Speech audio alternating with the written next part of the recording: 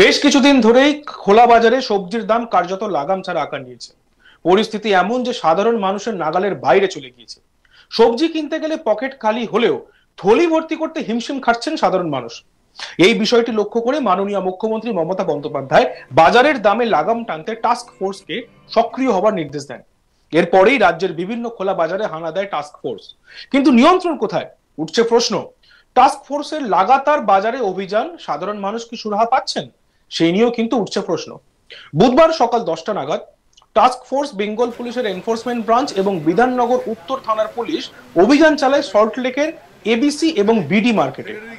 কাঁচা আনাজ এবং আলুর দাম বিভিন্ন মার্কেটে বিভিন্ন মূল্য, সেটা আছে কিনা সেটা দেখতেই মেজাজ হারালেন টাস্ক ফোর্সের সদস্য রবীন্দ্রনাথ কোলে। কেন একই মার্কেটে আলুর মূল্য বিভিন্ন এবং বিভিন্ন দোকানে কেন বিভিন্ন দাম? যেখানে সুফল বাংলায় যদি আলু 28 টাকা কিলো দরে বিক্রি হয়, সেখানে কয়েক হাত দূরেই বাজারের ভিতরে আলু 30 থেকে 35 টাকা দরে কেন বিক্রি হচ্ছে? যেখানে পাইকারি বাজারে আলু বিক্রি হচ্ছে 26 টাকা দরে, সেখানেই খুচরো বাজারে আলু বিক্রি হচ্ছে কোথাও 30, কোথাও 32, আবার কোথাও 35 টাকা ধরে। আমরা শুনবো আধিকারিক রবীন্দ্রনাথ কোলে এ বিষয়ে কি জানিয়েছেন। আমাদের কাছে যেটা আপনারা বলছেন সেরকম কিছু আমাদের কাছে নেই, তবে বাংলাদেশের এই উদ্ভূত পরিস্থিতির জন্য ট্রাক যেতে পারছে না। সেন্ট্রাল গভর্নমেন্ট সমস্ত বর্ডার সিল করে রেখেছে যাতে আনটুয়ার্ড কোনো ইনসিডেন্ট না ঘটে। সেই জন্যে সেন্ট্রাল গভর্নমেন্টের এই পদক্ষেপকে মমতাদি বলেছেন যে আমরা সেন্ট্রালের প্রতিটা পদক্ষেপকে সমর্থন করি। সেই জন্য আমাদের এখানে কোনো প্রশ্নই নেই, আমরা একই কথা বলছি যে, এবং তার এফেক্ট আমাদের ওয়েস্ট বেঙ্গলে পড়বে বলে আমি মনে করি না। আমাদের এখানে সাফিসিয়েন্ট জিনিসপত্র আছে, খাবার দাবার সব কিছু, বরঞ্চ এখান থেকে বাংলাদেশ না গেলে বাংলাদেশের মানুষ কষ্ট পাবে, এটাই হচ্ছে বাস্তব। মাছ আর ফলের ব্যাপারটা হচ্ছে পেরিসেবল আইটেম, তবে মাছ যেগুলো যায় সেগুলো যে গাড়িতে যায় সেখানে রাখার ব্যবস্থা থাকে, সেখানে সাধারণত খারাপ হয় না। কারণ আমাদের সাউথ ইন্ডিয়া থেকে যেসব মাছগুলো আসে সেগুলো কিন্তু ওই এতে ঠান্ডা গাড়িতেই আসে, সেখানে কোনোদিন কোনো অসুবিধা হয়েছে বলে শুনি না। এই ক্ষেত্রে হবে না। ফলটার ক্ষেত্রে দু একটা ক্ষেত্রে অসুবিধা হবে এরকম অ্যাবনর্মাল পরিস্থিতিতে, সেটা আমরা দেখছি কি করা যায়। প্রিন্সিপাল সেক্রেটারির সঙ্গে আজকে আমি কথা বলবো, আমাদের ওঙ্কারনাথ মিনা এবং চিফ সেক্রেটারি, দেখা যাক শেষ পর্যন্ত কি হয়। এক ক্রেতা বলছেন দাম আগের থেকে কিছুটা কমেছে। চলুন শুনে নিই কি বলছেন সেই ক্রেতা। কিছুটা কমেছে, আপনাকে বলতে পারি কিছুটা কমেছে যেভাবে। তবে আজকেও আমি বেগুন কিনেছি 80 টাকা করে পার কেজি। আলু আমি 36 টাকা, আমি 5 কেজি নিয়েছি, যেখানে পাল্লায় কমা হচ্ছে সেই জন্য আমার দিয়েছে। সেটা চন্দ্রমুখী আলু বলে বিক্রি করছে। চন্দ্রমুখী কত করে নিলেন? 36 টাকা করে। 36 টাকা করে 5 কিলো? হ্যাঁ, 5 কিলো নিয়েছি। বাকি দেখুন লঙ্কা, হ্যাঁ, পেঁয়াজ নিয়েছে আমার কাছে 2 কিলো 90 টাকা। তো ন্যাচারালি যেভাবে উঠে গেছিল দাম, মানে সবজির দাম, তার থেকে একটু কমেছে। কোথাও কি টাস্ক ফোর্সের হানা আর বাজারে ঢুকলেই একটু দাম কমিয়ে দেওয়ার দোকানদার? না, আমি সেই ধরনের অবজার্ভ করিনি, জানি না, আমি এই ধরনের জিনিস অবজার্ভ করিনি। অন্যদিকে বিক্রেতা দীপক সাহা বলছেন 50 কেজির আলুর বস্তা কিনেছি 1450 টাকায়, ফলে 30 টাকার নিচে আলু বিক্রি করা সম্ভব না। আমরা শুনবো বিক্রেতা দীপক সাহা কি বলছেন। 1450 টাকা আলুটা কিনছে, 50 কিলো বস্তা, এর প্রায় 30 টাকা কেনাই পড়েছে।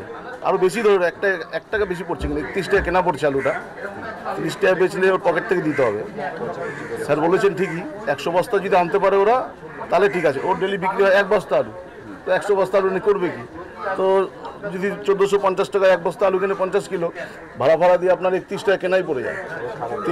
বেচতে কোনো দিনও পায় না 30 টাকা, যে 35টা দাম বেচছে। যদি 100 বস্তা দিয়ে দেওয়া সম্ভব না আছে, এটাই হলো মেন সমস্যা। রিটেলার যারা বিক্রি করছেন তারা তো প্রচুর জিনিস নিচ্ছেন, সেক্ষেত্রে তাদের কি অসুবিধার মধ্যে পড়ছে? প্রচুর জিনিস নিচ্ছে না, 1 বস্তা।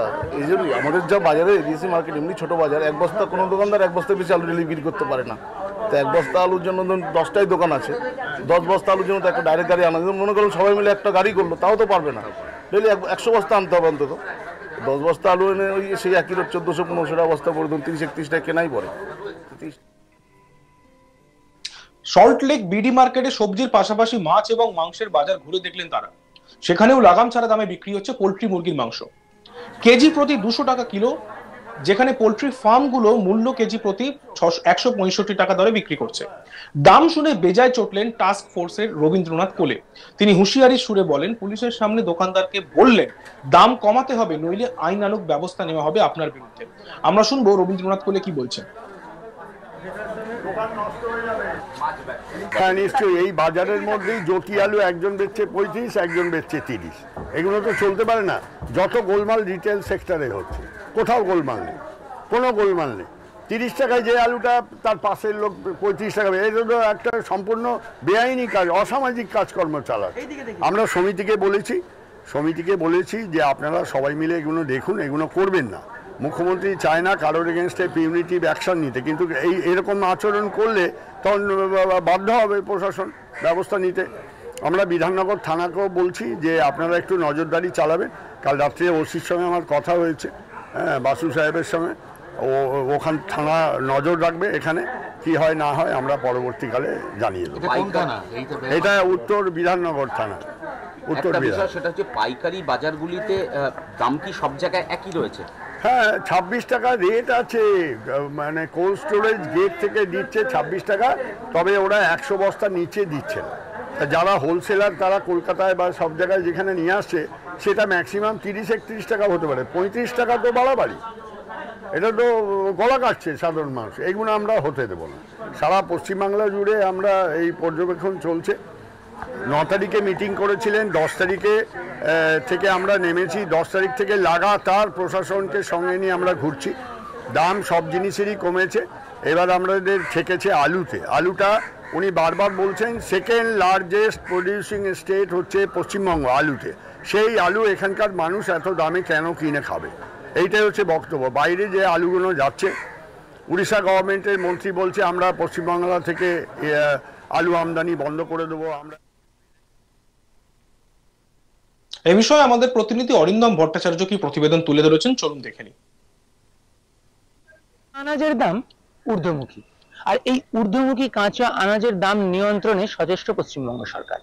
পশ্চিমবঙ্গ সরকারের পক্ষ থেকে টাস্ক ফোর্স পৌঁছে যাচ্ছে শহরের বিভিন্ন যে বাজার রয়েছে সেখানে, এবং সেখানে যারা কাঁচা আনাজ বিক্রি করছে তাদের কাছ থেকে কাঁচা আনাজের বিক্রির মূল্য এবং তারা কি দরে সেই আনাজ কিনছে সেগুলো তারা জিজ্ঞাসা করছে।